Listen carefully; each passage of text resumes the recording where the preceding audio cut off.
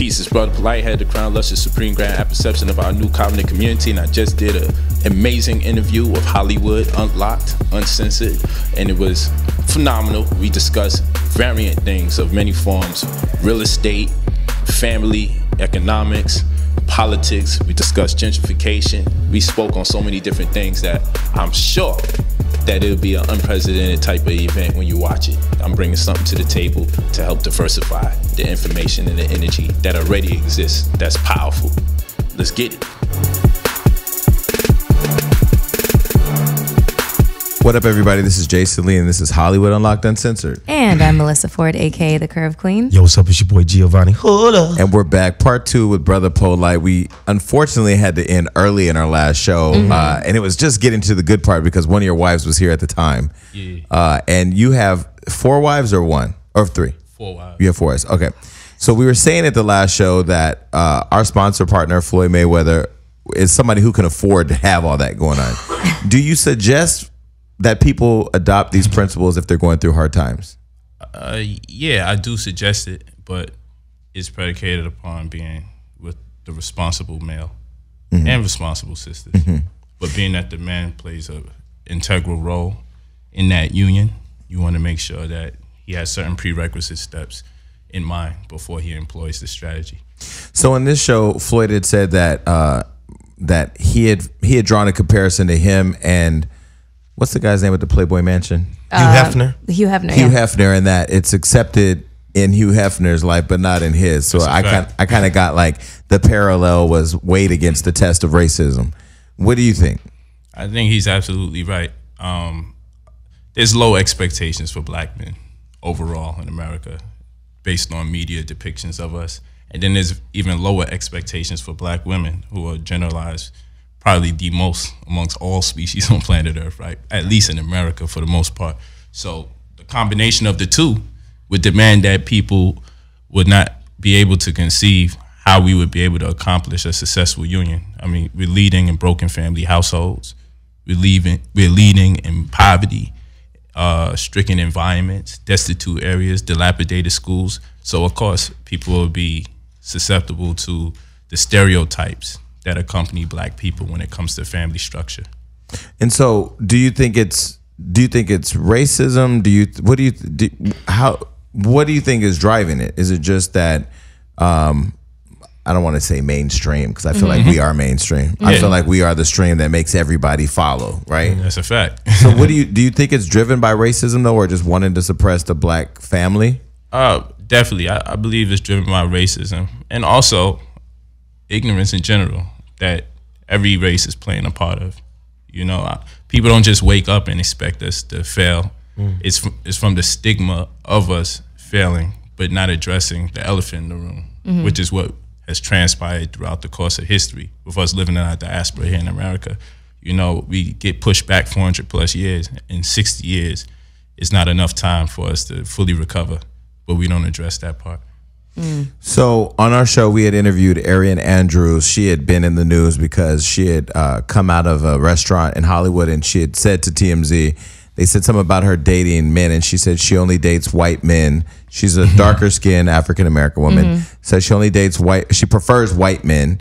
She came on our show and said that she likes all men, but she chooses white men. And I said that goes back to the days of slavery. I caught all kinds of heat, and I was just like, well, wait a minute. Slave masters enslaved our families and slept with our women. That's right. And if you think we're that far away from those days where there was this thing of wanting a black woman for whatever reason, that you're crazy. So I caught a lot of heat from that. What do you think? I absolutely agree. And just like how it's really a transgenerational behavior, it's embedded into our psychology via DNA. So you have something in science called epigenetics, which proves that information gets dumped into our DNA from our predecessors. So a lot of the way we respond to the world isn't initiated based on our experience right now. It's based on previous experiences, a combination of the same. So when we look at our parents, we say we may have adopted some of their personalities. Separate from the phenotype, we're talking genotype here. You say, man, you got your mother's attitude. You got your father's temperament. We say this all the time. So if the slave master was raping our women, not for 1 year, not for 10, not for 100, not for 200, but for 400 plus, wouldn't we adopt our father's personality? Wouldn't we adopt a hatred for ourselves if the father hated black people? You feel what I'm saying? So if I get my mother's and my father's personality, and my father was a slave master, not for one generation, but for 400, a perpetual rape, eventually you'll have black women that look in the mirror and they'll see something they need to change that may give them inclinations to look like other than themselves in kind. Okay, so hold on just one second. So there's another person that's been in the news a lot recently, and that's Kodak Black. Yes. And he has been, he's expressed that black women are just not his thing, and they had to dark-skinned black women. And then I was going to say, he specified that dark-skinned women were not his thing, but, he preferred like light or other, whatever the case was. Everyone was on him and saying, but that's a preference. Whereas a black woman dating outside of her race, that's self-hatred. Like Rihanna's catching all the flack in the world because she's dating this Saudi billionaire, and she's a self-hating they were black hating on him, hating on Rihanna yesterday because it was a non-black man. But until they found out he's a billionaire. Billionaire. He's cool. Yeah. Okay. Well, it just seems like there's a double standard when it comes to men and women. When it comes to men, it's a preference. It's your choice. It's like, what I call it, reverse plantation mentality. I do. But it's always preference, in my opinion. I prefer. But a woman is seen as self-hating if she dates outside of a race, especially a dark-skinned woman dating a white man. And I don't know. Me and Jason disagreed on that point. I couldn't see it that way. I say the truth of the matter is nobody really knows the hidden or underlying themes to other people's reservations. We just can look at things from a statistical point of view and say, it's very clear something's transpiring. We can't speak for everybody.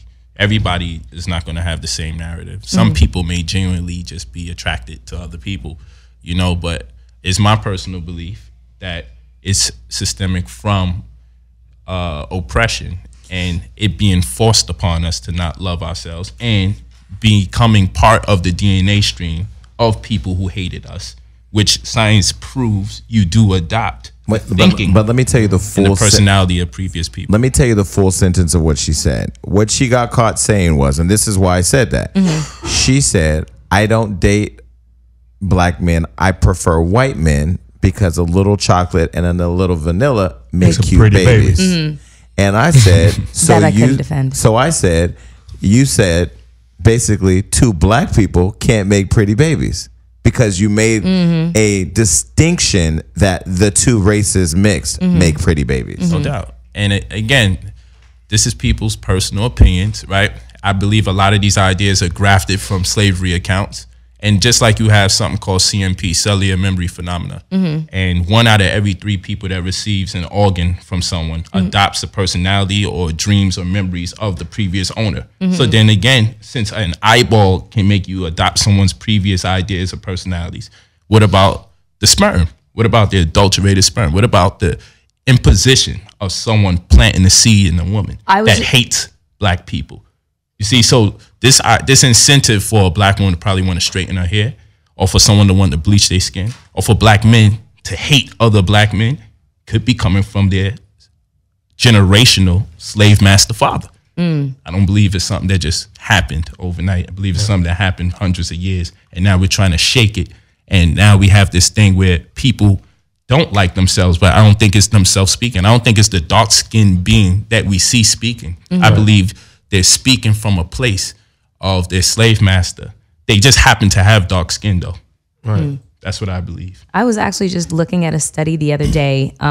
It's somewhat in line with what we're talking about, where it said that every man that a woman has slept with, she has basically adopted a portion of his DNA. This is a fact. And this is why they wind up looking like brothers and sisters after sleeping with each other for a long period of time, because you have what's called vertical evolution, and then you also have what's called horizontal gene transfer. Now explain that, please, because this is new to my ears. With horizontal gene transfer, like bird flu, that's bird genes. You can take it in. If you even watch people who have dogs in their house, you turn around and say, I don't really want to say it, but they're starting to look like they're a pet, right? Because they start taking in the DNA all the time. Right? It's horizontal gene transfer. You can phenotypically express the person you're sleeping with because you're sharing DNA or fluids, right? And then this also can take place from just cohabiting. You take in DNA still from without sex. So with sex, it's just more exponential. And so what we'll find is that a man and a woman sleeping with each other, no matter if one is dark skinned, one is light skinned, one is Asian, one is African American, they'll start looking like each other after a while. She'll submit to his DNA.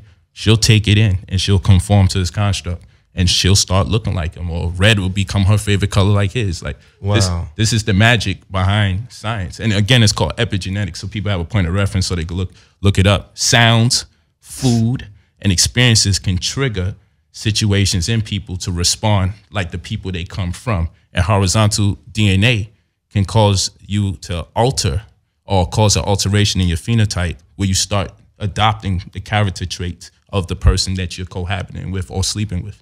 So we had Amber Rose on the show and I had a whole discussion which was very controversial around the slut walk that she's created, and her explanation was that she's joined in the movement and using her platform to eliminate the shaming of women for being as sexual as men or whatever. And she shaped that in the form of what she believes is feminism. What do you think about the slut walk and the perception that if we just call each other sluts or use the word enough, that it will go away? I mean, to piggyback off that, she actually said, drew a comparison between the N-word and slut. And she was basically like, think about the N-word. If you basically the overuse of the word diffuses the word is her mentality. And a lot of people were like, bitch, you tripping. It's not the same fucking thing.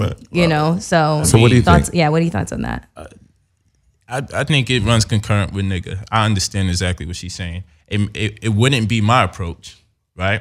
Because the stigma, the connotation of the word slut, it impacts me a very bad way, right? But I would believe the older generation feels the same way about nigga, right? So I love the perspective, and she's right. There's a romanticism that takes place with what a woman should do, what a woman should wear.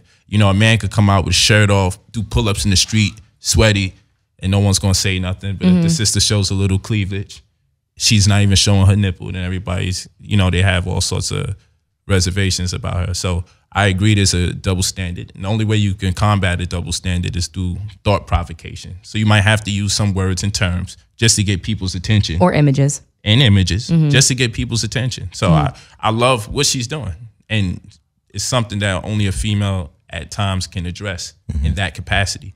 I could be very vocal about defending women's rights. I mean, a lot of times people say, if I'm conscious, how come I allow my wives to wear form-fitting clothes? And I'm like, I didn't know that had anything to do with the information. I didn't know it compromises the integrity of my mission because I like personally to see a little fishnet stocking here and there and high heels. Yeah, and they don't wear heels all the time. I know the disc slip in your feet and it can hurt your back, but maybe I'm sick. I like to see heels from time to time. I ask them to make the sacrifice for me. You know what I'm saying? Get in there and cook me some shrimp and grits in them heels. You know what I'm saying? It's all right. It's my preference. Yeah. So I think the last show, if I remember, we talked about cuddle time, which is, you've coined the phrase cuddle time on this show. I love cuddle time. CT. So is there a calendar on the refrigerator where people go and sign up for the night that they get to sleep with you, or what does that look like? Nah, it's we work it out. I have business with everybody, and then they have their own business as well. So the business is really what saves the day, because if you have idle time, then it's going to be a lot of sex, right? And in a polygynous relationship, you can't really hide the fact that you're having sex. Like, you don't just disappear in a room and say we was having a conversation. Right. That's not going to happen. And and the most disciplined forms of what I do is when relatively everybody's sleeping in the same house. And I like it like that. In the same house or in the same bed? Same house, different rooms. Okay. And the reason why we do that, or at least when you start, is so people can get a good look at the discipline of the male. Yeah. Because you'll know if all I want to do is have sex, or you'll know if I'm really focused on the plan that everyone agreed to. So I like the attention. I like everyone to see me and see what I'm about. And that's what every man should challenge himself to do in that particular situation, is to tear down the walls that are created, because the women have seen their mothers abused, they've seen their aunts abused, they've seen their sisters abused, and lastly, they've been abused by men themselves, whether it be through lying or violence, mind games, whatever the case may be. So after they've experienced the abuse in subtle form from other female that's close to them, in addition to themselves, it's very hard to come in as a brother, profess to be a good guy, and not have her look at you in a way like a little bit precautious and skeptical about who you really are. So that setting is very good to have several women wake up and go to bed every day in the same house to see you for what you are. So to people who are listening to this, just saying like, this is an educated black man that has just talked these women into being fools and letting him have his way with them. Because there's people that are going to be critics, right? They say they must have low self-esteem. All of that. And I've seen them. They're very, very good looking women. What do you say to those people? Go try it for yourself. I would never just say go try it for yourself. I don't want to contribute to the further bastardization of our children in the community. We're already missing enough fathers as it is. So very oftentimes I don't even speak about it much unless I'm in a real positive platform or it's a lot of attention to the cause, and we could really expound on these ideas. Though we could laugh and joke and all, but I do not want to give the impression to all men that you should just get multiple women. I don't. They wouldn't know what to do with them. They wouldn't know what to do with them at all. So do you have children with all four? I don't have children with all four. I'm courting two women right now. So that'd probably be 6 total. To add, okay, you're adding 2 more. Wait. Potentially. Yes. So let's back up. So there's 4 wives that you live with. Oh, yeah, but now... They live in your house. Yeah, we live in the house. But then since... But everybody has their own home. Okay, but since our last conversation, you have 2 additional that... Well, they existed the last conversation as well. Oh, they did? It didn't happen between the last 2. And so what is their position then? Are they just... You're courting them. So does that mean you're filling it out to see if they fit with the group? It's a trial. If the sisters feel comfortable with them, we see the work ethic, we see their contributions, participation, energy. Because like I said, can't bring somebody new into the house with children involved. I mess around and be with the newest women and lose the people I built strong relationships with, in addition to the children that have to be affected by it. So have you been sexually involved with those 2 women? Nah, I but don't do that. When do you decide when that happens? When they become a part of the... When the women decide that it's all right. So you let them decide? Yeah, they pick the women. I mean, I have a say, but they're gonna pick who's gonna come in. I'm not gonna have the final say. I'm trying to wrap my mind. This is big. Listen, I'm trying to learn. Yeah. So I mean, you're trying to wrap your mind around. I'm trying to get it. I'm trying to understand it. Okay, so they go and recruit the women and come to you and say, what do they call you, honey? Yeah, baby, I mean, polite, light. Okay, light. I got 2 people that we think would be great for our team. And you fill them out, and then what is the vetting process? Something like that. Like, even if I find a particular interest in the sister, I can't come around and say, yeah, I'm thinking about her being my wife, because then the question would be, how long was this taking place? Because they've been around me long enough to know how I think and how I operate. So if I just came in today and said, yo, I think she wifey material, they would have to conclude that I must have been dealing with her for an extended period of time, because I've never taken in a wife, without knowing her for almost a year. So the concept of cheating actually applies inside your relationship? Absolutely. If you tell a lie, you're cheating. Okay. Yeah. Okay. And this is what I was just going to say. True. Emotionally cheating. I'm committed to them. Okay. I have contracts cheating. with each one of them. Okay. This is what I was going to say. You have, just listening to you, you have to be very conscious to be a part of this experience, right? Meaning you have to be able to know deeply the person that you're with and the people that are a part of this. Yeah, you have to go into a mild form of isolation. Now, I guess that's where the hypnotism takes place. This has to be the norm. Like for my daughter, my aunt, she was kind of like confused when she saw a black woman with straight hair, because I had moved away. I moved to the Poconos with his turkeys and bears climbing in the tree. I was living in New York. And then I was commuting from PA to New York when I moved out there and started buying homes. And so we kept our children kind of isolated. We did homeschooling. The women have different children. We let the children all grow with each other. And so all they knew was women with afros and locks, right? Particularly my daughter, my aunt. So we didn't know until she really started communicating more that she thought it was weird when she saw black women any other way, because everyone in the house had their natural hair. So in the same fashion with polygyny, it has to be real. It can't be, the rest of the world will say you're confused and you're hypnotized. So then what do? You cut off the rest of the world so we could find each other first. So when you go out into the world, you have the mental fortitude to stand on the conviction that is your relationship. Because very often the people giving you the advice for relationships are people who are failing at them. True dat. That's true. I can't tell you how much relationship we call them Pams. So, where do you go to get polygyny counseling if no one else is polygynous? So how could they? I mean, people can always give you good advice. Even people who may not presently be in a situation will never omit that. But we understand it would be best if we can get the advice from people kind of basking in the same experiences. And that's not the case. So this requires some form of isolation for an extended period of time to get to know the people that you'll be interacting with, so the situation feels real. How do you describe this? How do you describe the situation to your children? Oh, I mean, they all have several mothers, and the women refer to each other as sister wives. So Sister wives. So wait, what does wife number 1's kid with you call wife number 2, 3, and 4? Oh, mom.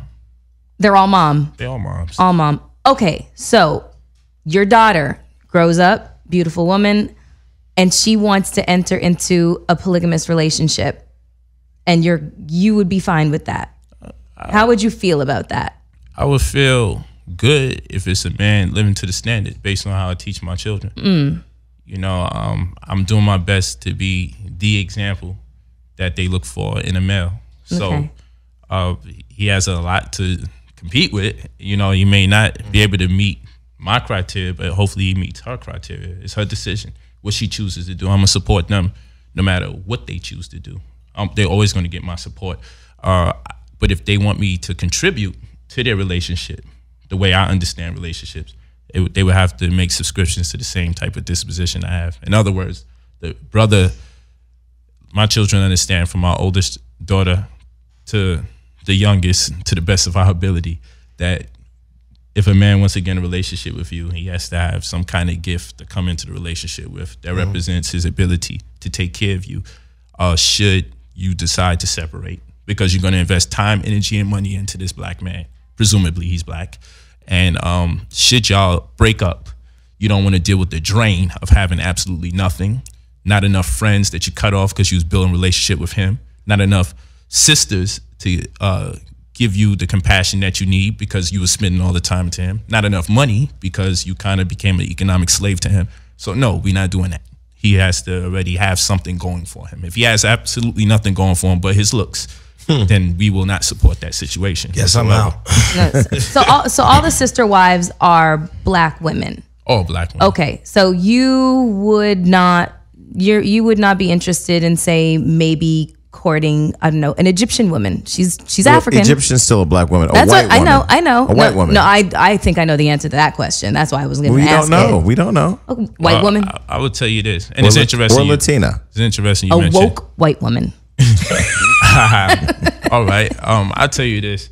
I'm very big into identity, and I feel like we've been raped for so many years. We got to do our best to tie back into our own vine. So I don't knock interracial couples. I would only knock them if they was part of my family. Okay. Everybody else has the right to do what they want to do in their world.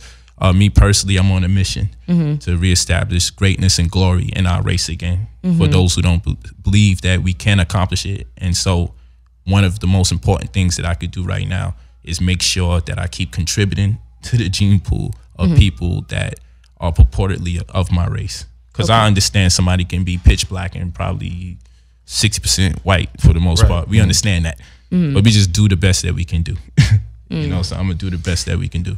And I just wanted to say consequently that Kodak Black has a rape charge from a white woman. He don't like dark-skinned women. I think we should also address the white woman that's taking him out for rape. So when you heard when you heard those comments and him saying what he said, do you think what was your reaction? It broke my heart. I got love for the young brother. I got love for any brother, especially that has come out of poverty and has potential to do great and be an influence to our people. He's entitled to whatever decisions that he makes. But it breaks my heart to see someone as dark as him speak so condescendingly about people of his own race, because that includes his mother. It's a fact. It includes mothers in general, includes sisters. You feel me? Whether they be biological or not. There's a disconnect going on. And that's why mentorship is so very important in the celebrity black community, because our brothers and sisters get rich, I would like to say prematurely, based on what education they have when they come into the money. a lot of them become rich prematurely. And so they skipped out on some of the cultural tenets that they need to fortify their community. A lot of times it doesn't even seem like they're even interested in any level of mentorship. There's no sense of obligation. The level of arrogance is like ridiculous. It's just like, oh, old head, go sit the fuck down type shit. Man. That's what it You know what I'm looks saying? like. It's frustrating, you know, because you do want to, when somebody's new and they're hot and, you know, they've got, you know, some modicum of talent, you want to root for them. I do. After that diatribe he went off on, I'm sorry. And as a black, I'm not rooting for him. And if you see it, it's kind of consistent with this new generation of rappers. You know, they make me feel like I'm 50 because there's a lot of brothers who are sharing very strong, outlandish type of comments about black women. And it's like, you have no problem with white men. Like, I don't hear it in your lyrics. Like, you know, like the ones that's choking us out, killing us, or shooting our youth. Like, you have no comments about them whatsoever, but the black woman is at the top of the chain of your criticism. Not just criticism. So I think it's interesting. Ire. It is vicious, it's hate. Hatred. It's to the You can. Jason. It's visceral. Well, let me say, I've been very critical in our last few shows about black people, and I'll be honest with you. And this isn't coming from I'm super critical of them too. This isn't coming from a place of being half breed, half Italian, or because I identify as black. Everything I believe in, I think of it from the black perspective. Because people don't look at me and go, "Oh." Some people may say, "Oh, he's Spanish," but either way, I'm not white, so I ain't y'all. I know I'm in the other category.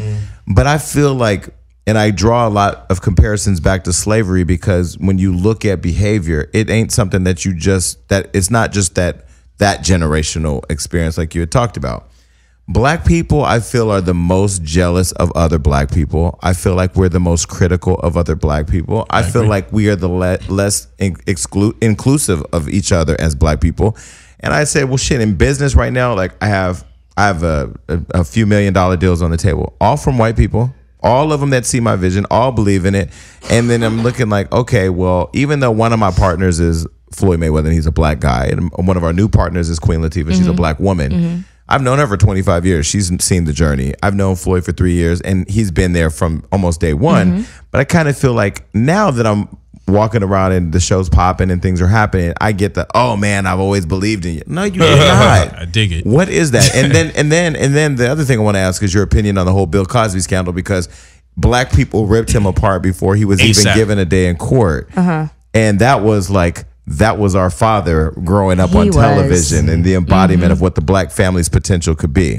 So what are your thoughts first on just the black community and how we're not as inclusive of each other? Crabs in a bucket. Yeah. Basically, the mentality. Again, coming from slavery, not used to having nothing. And so when a group of people are not used to having nothing, they tend to blame their problems on the people who share in the same experience. You know, it's a Stockholm syndrome, as they would say. You know, someone can abuse you so much you fall in love with the abuser. And you misappropriate the blame. We see it with women suffering from domestic violence. They start to contemplate that maybe it's something they're not doing right. That's how abused they are. They start thinking, I must be doing something wrong to have to endure this type of abuse. You feel me? So it's the same thing from our people who had little resources, very limited resources. And over time, they would conceive that they are the ones that are responsible for the problem, their brother and their sister, and never see the bigger picture. And now it's very opaque or blurred. You know, it's real ambiguous right now when we come into this day and time, because we almost appear free. So it's hard to see anyone kind of playing puppeteer in the background. You know, we would actually have to start thinking, this is all us. And, you know, I'm very big into us holding ourselves accountable when I'm talking to responsible black people. When I'm talking to less than responsible black, or talking about less than responsible black people, point the finger and blame those motherfuckers. That's how I feel. But if I'm talking to same people, I'm like, fam, you got to hold yourself accountable, because I expect that of you, because you're brilliant. I would expect it of the sister. Just listen to her talk. I would say, hold yourself accountable, sister. I can't give you the pass to pass the buck. But then there's some other people there. I'm like, you were just victimized from the situation. Blame the white man and call it a day.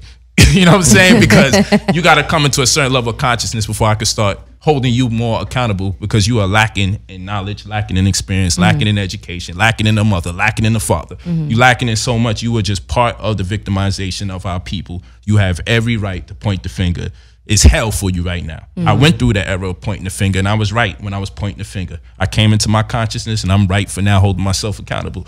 It just is a matter of disposition and knowledge. You know, right now I can't see me blaming another race for my situation. I'm just in a different space mentally. Right. I have so much self-respect and so much belief in my talents that I couldn't conceive blaming somebody for my hindrance, nor sharing that blame with my children or my wives. The reason why I can't come up. Picture me telling my black woman that I can't come up because of the white man. I can't do that. I might as well sell her into a relationship with him. I would never do it. That's but now if I have nothing, I maybe have to point the finger. Right. So the blame is for the weak and the impoverished. That is a powerful statement. The blame is for the weak. Yeah, it's a fact. And that's why I say some people are so poor, all they have is money. That's message. Okay, so what do you think about Bill Cosby, like Jason was asking? I mean, because he really was everybody's dad. That's you know, him and the sweaters and shit like that. You know, and just the whole notion of like the strong family, you know, nuclear family unit, but it being black. I mean, do you feel like it was a conspiracy against him? I say if he saves more than he rapes, you know what I'm saying? Now let me stop. Well, no, but you know, but the reason why it's a good That's question. this Dave Chappelle quote, just to put that there. The reason why it's a good question is because Bill Cosby was actually one of the most critical of the black man. Yes. If you remember back in the day, from how he sagged his pants and this and that. Yeah. And I feel like, you know, there are some black people that once they do get accepted by the white world, they fucking forget you are still a black motherfucker. Period. No, seriously. No, I know. Listen, when I sit at the table with these people now and they're giving me my accolades and this and this and we're gonna make $1 billion and $1 million and this and that, in my mind, I am still a broke black boy from Stockton, California. And I'm not too I don't want to say critical, but I'm not too cautious that I sabotage the opportunities. But I also know like there's a lot more here. I know that. You know, I am the black entrepreneur you invested in. I'm the example that you believe in the black man or the black business. I get it. I'm one of your quotas. I get it. Not all the time, but most of the time. But what puzzles me is if I can walk into Diddy's house and I can walk up to Diddy, Puff Daddy Combs, and I can say, yo, man, I'm proud of you, or this is amazing, or this is I want to. Why can't I have the same respect and appreciation for? I would love to work with you. I would love to be mentored by you, and actually get the real attention. That's a fact in this entertainment industry. But I just feel like, and I've felt that I think we're hypocrites, and I think that sometimes when it comes to really supporting each other, or fostering support of one another, that for whatever reason we're just obsolete with our obligation to do that. That's what happens when you don't grow into wealth. There's an insecurity that transpires. You know, if you grew into wealth, this is a debt wealth society. So the only way to diffuse the momentum of debt wealth is through inherited wealth. So if you're dealing with a race of people who inherited wealth isn't as consistent as their reality, then you'll find this this insecurity play out, this reluctance to empower someone else, because you still have this thing, this mental Rolodex in your mind that maybe your career will be over any given day, or, you know, I'm still not used to or acclimated to wealth, nor did I grow into it. Like, you know, being given $2 million, going like from little money to millions in a very short period of time. Yeah. It's not going to condition you to say, let me empower someone else. It's the feast famine kind of mentality. You don't like, understand it's like a roller coaster, That's you right. know, and it's scary. Because if we look at wealth begins at $150,000 a year, and everyone should be able to invest at least a third of their income, which would be about 50 grand. But most of us don't even make $50,000 a year. That's it.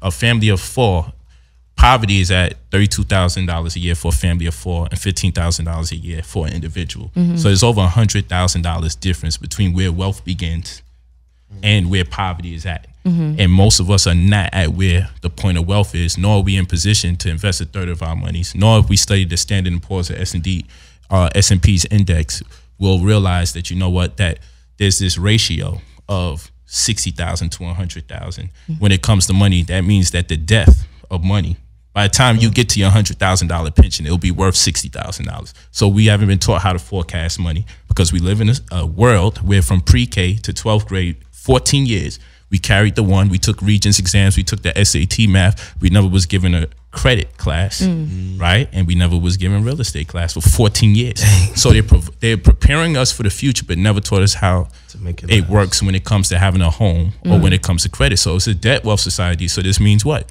Well, if I want to go to school, I got to get into debt. If I want a car, I got to get a car note, go into debt. If I want to get a house, I got to go into debt. It's a mortgage. What is a mortgage? Well, we look at the word mort means death. Engage means pledge or agreement. So it's agreement to pay something until you die. The average person that starts getting a house is going to be around 33, 35 years old. Lifetime expectancy is 72 years old. 30-year fixed rate mortgage. That means by the time you're 65, you're on the cusp of death. So you are going to be paying for something literally till you die. But then at the same rate, we understand what?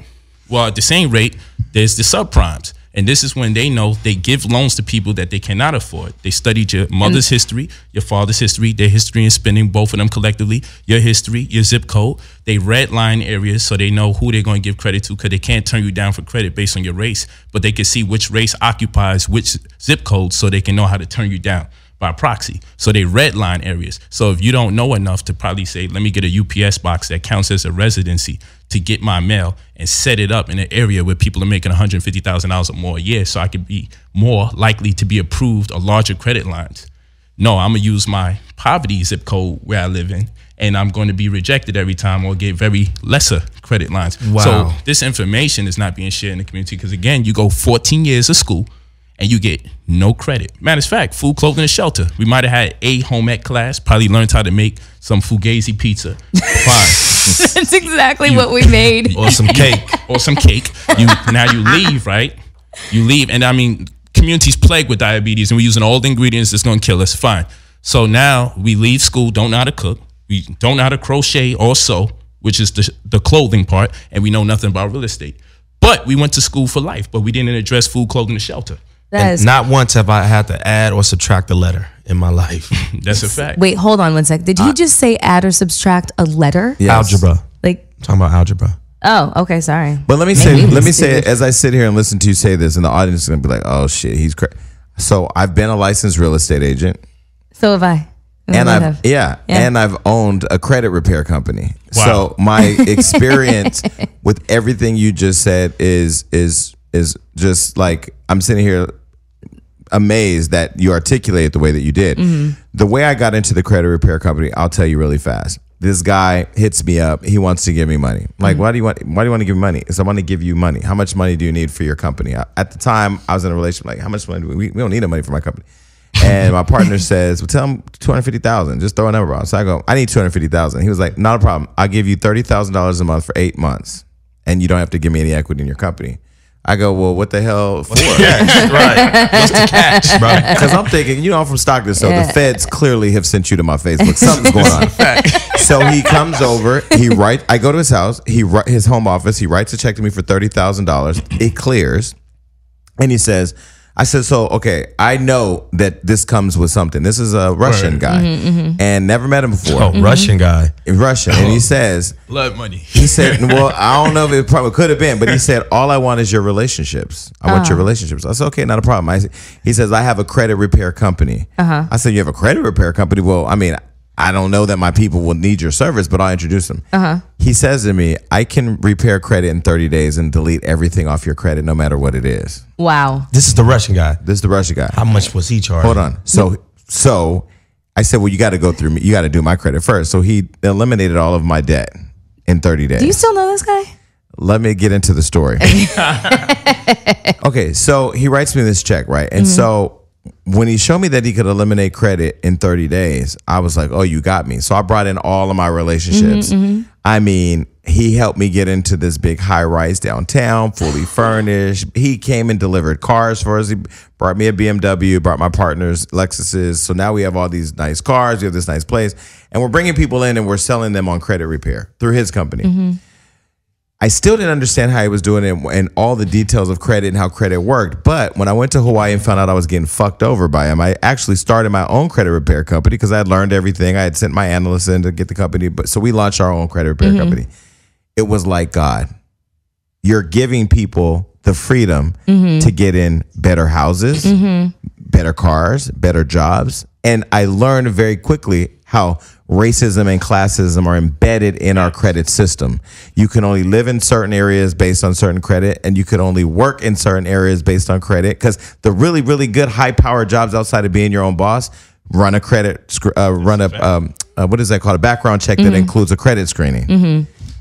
Credit is probably the one most single-handed racist, classist systems in our country, in our world, and people don't even know. So subtle.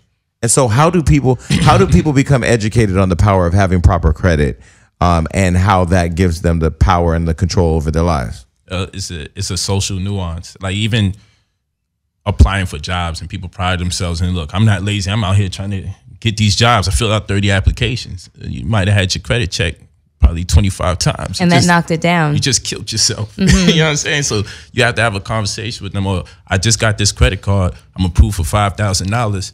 You know, I only use $3,000. But most times, especially when you're coming up, you don't want to spend more than 15% of the $5,000 that they give you. You feel me? So you don't want to spend more than $750. And you may say, I only could spend $750 out of $5,000. Well, you know what?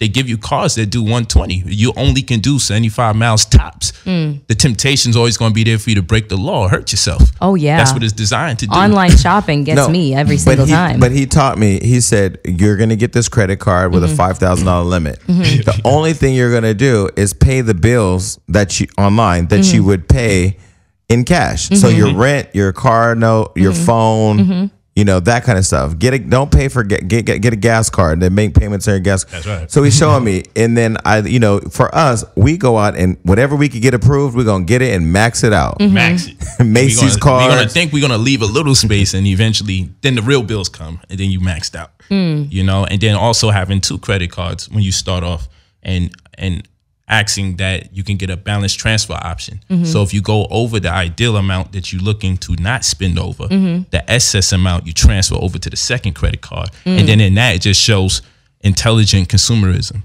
And they'll give you credit for that. You feel what I'm saying? So having a balance transfer option, not exceeding more than 2 cards when you're coming up, never spending more than 15% on one card, getting addresses that correspond with people where wealth is or grows. You know, addresses are very pivotal because, like I said, they have the redlining thing that they do that puts us in a jam where you can be disapproved of credit. You know, so people can find all this information out on your website, right? Yeah, I got books on it as well. I've been like stalking your website, and we don't have, you know, we're not able to do this, but like I really wanted to have like a conversation about health because you're a fan of Dr. Sebi, right? Yeah, he taught me. He cured me of diabetes. Wow. Yeah, that's amazing. Like he's for the audience that don't know who that is. Oh, Dr. Sebi is from Honduras. Is that was where he was from? Yeah, he was locked up in about 1984 for saying that he had the cure for diseases that like were AIDS. Uncurable. This is the guy that died. Yes, just recently. They said he was killed.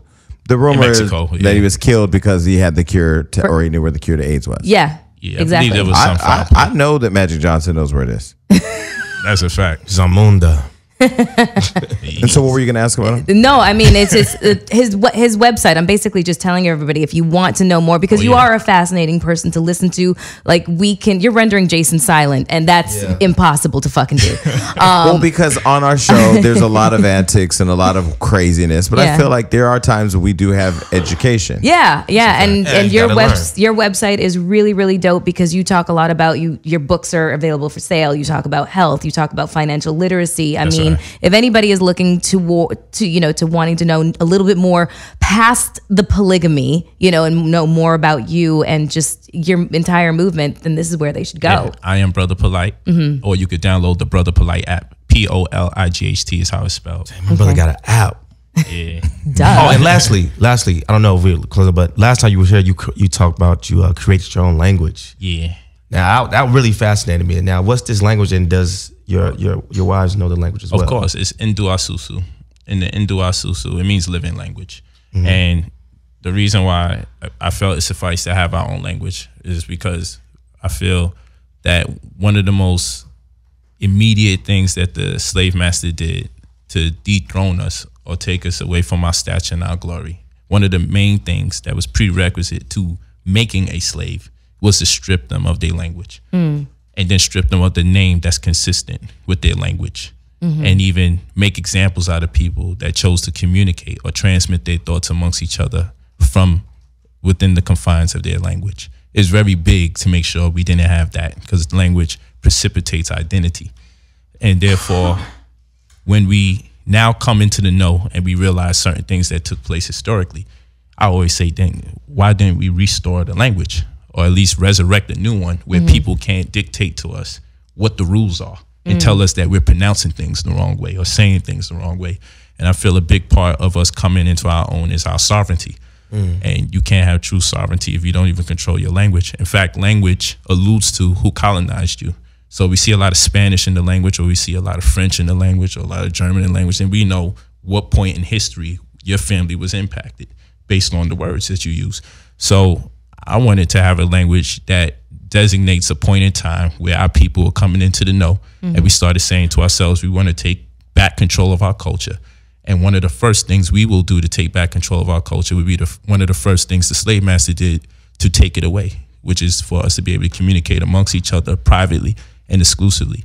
Where if you wanted to read our material, you have to come study under us and have the patience to even be able to go through a page or two. Of I this believe it's language. very important. Of the language. And how long, like, how do you even come up with starting to make up your own language? Like, Just the excitement from learning. Once you realize how unconscious you've been for an extended period of time, when you start coming into the know, you're just excited. You have this zeal to read more and study more, watch lectures. You know, it happens. If we gave ourselves the opportunity to study, we eventually will come into the know. When I had the diabetes problem and I had gangrene and it was going to cut my foot off, you know, when the process was reversed and I got the coloration back in my toe and I didn't have to cut my leg off, when all that took place, I had this zeal to study. And keep in mind, things took place in my life that on account of the summation of experiences that I've had to endure. When I came into the know, I realized I could have probably detoured that route that I had to go through in life. So for instance, my father left at age 8 and my mother died the week I met her when I turned 17 from cancer and diabetes. So I didn't have the knowledge, but then I wound up having diabetes. And I mean, diabetes took out a lot of people in my family. So when I come into the knowledge and then I get cured, I then reflect back and say, dang, if I had this information a few years back, maybe my moms would have been receptive. I only had 7 days with her my whole life. You feel what I'm saying? So, and I lost her, not to racism, but to disease. Like I lost most of the members of my family. So that's why I got into health. And then my grandmother, who took care of us, her house was foreclosed and she wound up going into a nursing home because when the house got taken, her mind was taken along with it. She slaved for that house. She worked for a phone company at the time. It was called 9X. I think they turned it over to AT&T or something. But she worked there like 40 years. Yeah. You know, and she lost the house. So that gave me incentive to study real estate later on. I didn't realize it then, but I didn't know how to remedy a real estate issue. But later on when I got conscious, I'm like, yo, I could have probably helped my grandmother. So with my mom dying, I could have helped her with health. My grandmother losing the house, I could have helped her with real estate. Right. So I just kept studying. The zeal to study, of course, I always accredit to my wife because she's the one that got me to read books when I came home from prison. And I never stopped reading since. Please holler at Kodak Black. He needs you. Yes. Yeah. Salute he needs to the brother, man. I just think he needs help. Well, I think he needs to take Black out his name at this point. Kodak fucked up. He might need a helmet. Okay, listen, we ran out of time. Yes. Okay, so we always get educated. No, we're gonna definitely keep reaching out when we need to be enlightened on things that we need to know about. The one thing I will ask on the way out: what is your thoughts on the conflict with that some people have in the Black community with Black Lives Matter and all the mass shootings in the Black community? Okay. I know that's a big topic to leave on, but what are your thoughts about that? Oh, cool. And I just want to say with the Bill Cosby thing, I supported him from day one because I don't readily throw my leaders under the bus. I don't give a damn if they was right or wrong. They got to be judged before a jury of Black people. I'm not going to have a person with a history of raping, robbing, pillaging, and castrating our people dictate what the narrative is going to be about someone that we highly revered. You're always going to have the benefit of the doubt first and foremost. But look how they were able to sway so many minds to forget about all of that and forget all of the fact that he was trying to buy NBC and all the people that probably didn't want a man to own NBC. But it was so crazy about how many Black people were critical of him, that were critical of him, critical of Keisha Knight Pulliam for standing behind him, and they don't have a sense of culture. And just to talk about the optics of it all, most of the accusers were white women. I'm just throwing it out Real there. talk, but it's a lack of a sense of culture, and that's what I teach in my community about common customs. Common customs, the calculus system that precipitates culture by process of differentiation and integration. We're able to find the value of smaller things and factorials of those equivalents, thus granting us the least adverse effects from the decisions that we make. Basically, your predecessors, your older generation is supposed to see what works, what doesn't work, and what combinations they work, and then devise a plan to protect you from your own ignorance so you don't have to make the same mistakes that they made in the past. And they do this through advanced metrics once they get to the advanced part. But first, you cancel out the things that's very simple. If we were to take it there, we will understand that everybody else has this thing where they say it's not incumbent for us to divorce publicly. So when you see Hillary Clinton being cheated on by Bill Clinton, I swear they would put a bullet in her head if she would have divorced him, because she would have destroyed the image of white America. And they can't afford to have that image of white America destroyed. So look, you're going to stay in that relationship despite his adultery. You feel what I'm saying? But us, we lack the sense of culture because we lack the sense of power. Because with power comes culture. Because when you have power, you strive to sustain the power for generation after generation. So we are lacking the concept of power. We are lacking the concept of culture. We lacking the concept of culture. We have no allegiance to each other. So the second someone says, throw him under the bus, it's a free for all with all our people in our race, because they don't realize how they're setting themselves back and setting themselves up for future progress. Because when we take down people like Bill Cosby and we take down a Michael Jackson who was controlling the publishings and buying out other people's publishings, people don't know about the business endeavors of a Tupac, of a Michael Jackson, of a Bill Cosby that may have created the ensuing threat that was created by government and other people in power. They don't know about the business aspect and the impact that their business endeavors would have had on the future generation if they were able to see it through. You feel what I'm saying? When Michael was like, Sony is devils, people wasn't going into the knowledge. Like, yo, this man was owning the Beatles music and everything. The people was pissed off. He was buying everybody's stuff. We're the ones who's not supposed to own nothing. Now this black man is over here owning all their stuff. How did we fall asleep? They got caught slipping. This black man's you're gonna have to go to him to get your white greatest works. They got caught slipping. Bill Cosby over, you trying to own a network? NBC at that. They said, no. You already know. Like, people gotta understand, there's no coincidence. When this campaign starts, the first thing you gotta do is start looking. Even with Floyd, every time he has a big fight, yo, let's bring up a rape charge. Let's bring up he can't read. Let's bring up domestic violence. This is what they do. But it's clear someone is trying to stop something. I told Floyd I was so angry. I've interviewed him here for 5 hours. We did. The three of us did. And we talked about all the women he's with. We talked about his friend committing suicide on the phone with him. We talked about domestic violence, the relationship with his children. We talked about his boxing career, his parents being poor, being rich. It was a great interview that people really loved and said it's probably the best he's had. He went on ESPN, he was promoting something, and the black woman on the show said, I gotta ask you a question. Great interview. Everything was going fine. I gotta ask you. And he's like, ask me. He was like, she brought up domestic violence. You know, you were in jail. Now, this was so long ago. Not to say that it was wrong. Like, okay, we've talked about this so much now. Why do you throw this out there now? He said, you know, when I came on this show, or I was coming to the show, my publicist told me that you were going to ask me this question. I told her, let her ask anything she wants, because I, like everybody, have made mistakes.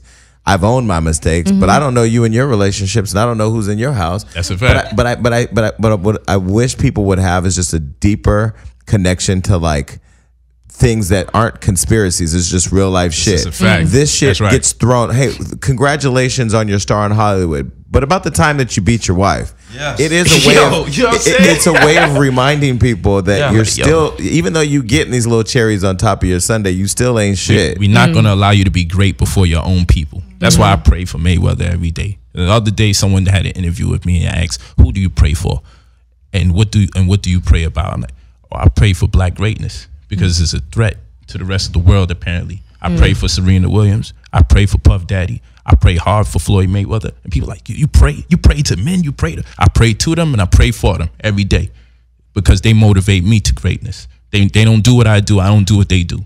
but they motivate me because I know it wasn't a work overnight. It's a work in progress, and it's still evolving to this day. I pray for them because they motivate people to change. They motivate people to become greater. Yeah. They defy the laws and the rules. Oh, the fighters are going to make hundreds of millions of dollars. It's just about money. I'm praying he breaks records again. I hope he makes $500 million. Were you paying attention to Colin Kaepernick's activism throughout the? Yeah. So he's basically said goodbye to the NFL. He's basically said, I'm not going to be a part of an organization that like strives to keep their like foot on the neck of black men and can't get behind, you know, his motivation for doing what he did. That's major. That's definitely major. I pray for him too, that he doesn't get caught up with too many broke black people who motivate him. Well, because he definitely still because got they ain't gonna be there right. for him when they take him down. Yeah, Right. and I've always believed that, like, But I love him. Change doesn't come from the outside of any struggle. Like, change comes from the inside. So walking away from it doesn't make you any stronger of a position to fight it, right? Like when I was leading the union, I would tell people all the time, you quit your job because you have a bad boss, guess what? There's still going to be a bad boss. Yeah. But if you stay there and you fight That's right. the right way and the smart way, you can affect change one person at a time. Or you show them how you suffer to deal with it day to day, so it can wake people up, and maybe the generation to come can create the change that you wasn't in position to create because the word had to be propagated. It had to be exploited. But like I said, I'm praying for that brother Kaepernick, and okay, he did what a lot of poor black people would say do. We should walk away from the NFL and walk away from the money. I think now he did it. Yeah. So I hope they all support him Yeah. when they come for him, or if things get shaky, because we ask everyone to stop making the money or stop being in a position of making all the money because of the compromise that it may bring. But where are we at after that point? And not to mention, we just had the BET Awards and there was no mention or honor. Yeah. Just saying. Wow. Okay, so before we leave, I'm woke. Before we leave, really quick on the All Lives Matter, Black Lives Matter, and the conflict people have with we're killing each other. So how can we have a double standard? What are your thoughts on that? I don't think this is a double standard. I think both conversations have to stay on the table. I understand when you say Black Lives Matter and then someone turns around, well, black people are killing each other too. White people kill each other too. Every race kills themselves within their own community. They're the first targets because they live with each other. So I don't want to hear the black on black idea, because we never said Chinese on Chinese, and it exists. We don't say Italian on Italian. It exists. Everybody bangs on each other in their community first and foremost, because that's the first person accessible to them.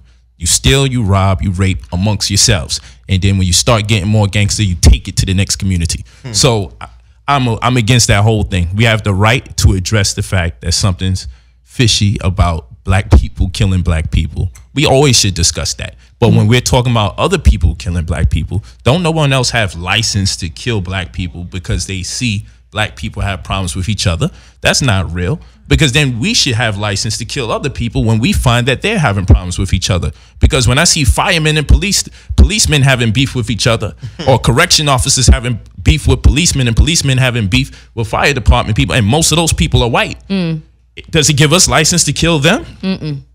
You see what I'm saying? No, you are not licensed to exploit or kill other people because they're having problems amongst themselves. That's just foolishness. And first of all, you can't even understand, like, I always crack jokes, but I'm really serious about how I'm never going back to the hood. I really mean that. Oh, No, join we the know club. that. I will go back to help, but I'm not going back to live because I worked my way to equality and I'm going to stay there. Now, I know my responsibility of helping and providing you can. my That's right. platform to address those issues. But I went to church way south, I think in Inglewood, and I'm driving through Inglewood, and my friend's in the car from out of town. I'm like, liquor store, liquor store, liquor store, liquor store in every community. Now I live in Hollywood. There's probably one or two carved away, but they ain't on every side, on every corner. Like That's it's a right. Starbucks on every And corner. I really feel like if we had Megan James here recently, and she was talking about how reality TV or putting you in a house with no phones and no electronics was like a rat experiment. If you think about how with credit and communities designated for you to be in, and there's a liquor store on every corner. It's a community where there aren't a lot of jobs. What do you think is going to happen? Yeah. You're going to have a Liquor lot of store. crime. Yeah. Stockton right now, where I'm from, no jobs, city's bankrupt. There are down 100 police officers. I mean, you have nothing. So if people don't have jobs and they don't have a place to stay and they need to eat, what do? Sit down and wait to die, or do they go and get it? That's right. And that's why I support gentrification. but I just have my perspective. Because if people are not using resources or education to further uplift their community, everyone has the right to do something with it. Because people think gentrification works only one way. Black people get affected. We could gentrify other people's communities. And in fact, I would suggest we invest in other people's communities that are more prosperous than our very own, because the real estate market is horrible in the hood. But you see, people say buy back the block, but they don't teach nothing about amelioration and restitution of properties. They don't teach nothing about the adverse effects of a warranty deed or a tenancy deed. We just say buy back the block. We just need the money. No, it don't work like that. Real communities, when they need to set up institutions, when they need to set up hospitals, they create community endowment funds, and a percentage of it is allocated towards real estate revenue so it can perpetuate itself from one generation to the next. When people are really talking about game planning, you have to come with a PPM or a private placement memorandum. You have to come with a projection. You have to come with some kind of summary of how you think this is going to take place and what we look like 6 months to a year to 2 years, 2 years, 3 out, and so forth and so on. But the concept of just buy back the block is nice. It's the new kumbaya. But I be saying, let's buy back their block, because their block worth more than our block. Let's gentrify other communities. They come into ours, we could go into theirs. We can get nicer ones. People say, but white people ain't gonna sell it to you. I don't know too much businessmen that turn down money. Right. You know, this is coming from black people who don't have experience. Yeah, and this is everything got a price. And that's the thing again. You know, again, one thing that I've learned. So I told Floyd, I said, "Yeah, I'm getting ready to close this $3 million deal." He said, "You give me $1 million, I'm going to put it away. I'm going to put it into real estate with me and my guys, and you can make $10,000 for the rest of your life." And I'm going, okay, well, $10,000 a month for the rest of your life. And I'm thinking, well, it's going to take 8 years to pay it back. Well, I plan to live longer than 8 years, and you always want to have that thing where you have a solid, you know, a solid deal. Of course, we got to work out the numbers. I think I should get 20,000, but because he probably took 10 off the top. No, but I mean, I think it's just like that kind of thing where like he's put $100 million into real estate with his guys, his billionaire guys, and being able to see how he set it up to, you know, make $2 million a month for the rest of his life, to set up that money, even if, okay, I burned through all my hundreds of millions, at least with all of my assets paid off, with lifetime medical for me and my children, I still have $2 million a month. Talk it. To be able to have my lifestyle be okay. So I wish we had more of that for our community. Yeah. You know, why not? And that's why I teach on insurance policies and being able to borrow against your insurance policy, like whole life insurance, instead of them garbage policies or group universal. Termed. Yeah. Why? Because you can use it. You can borrow against a policy for real estate or for medical expenses. You don't have to die to receive the benefit. You feel what I'm saying? So it's those conversations. 2 people die, that's non-black, that's parents, and that child inherits $1 million, probably $500,000 from both parents, whatever the case is. 2 black children die, they don't inherit nothing. There's no policy. And then something as simple as paying $150 a month can secure the bag for $250,000 if the parent dies. And us knowing as black men, we're vulnerable and susceptible to death by racism in variant forms, whether it's by the food, whether it's through the fratricidal war we go through, or whether it's through incarceration or police brutality. We're likely to die quicker than everyone in the black family as black men. Understanding that, we should get these policies. So at least when we go, there's a $250,000 check. I bet you that would slow down some of the momentum. At least they'll keep us alive and we suffer alive. But killing black men would come as a rarity if they knew for every black man that was being killed, $500,000 was being given to his child. Yeah. I guarantee you that. All you got to do, though, is make sure that they don't add a clause in there. You already know. Yeah. Because that will come, and it will be the finest print you've ever seen in your life. You already know. But Yes. I mean, there's just too many of us dying and nothing coming at the exchange of the death, all because of a lack of information. Yeah. We could legit talk to you all freaking day, but they're kicking us out the building. Like, seriously. No, and we appreciate you coming back and giving us 2 full hours and some change and knowledge. And we'll definitely have you back for sure. Yeah, Absolutely. let's do one. I bring my wives. Yeah, next time we got to bring the whole. Let's bring the whole we come family deep. in. Yeah. And We go mob out. by then you might be at 6. Yes, yeah, I hope so. I could talk to boss lady. She don't play. Okay, cool. Well, thank you for coming, and we're out. God bless you. Bye, Peace. everybody.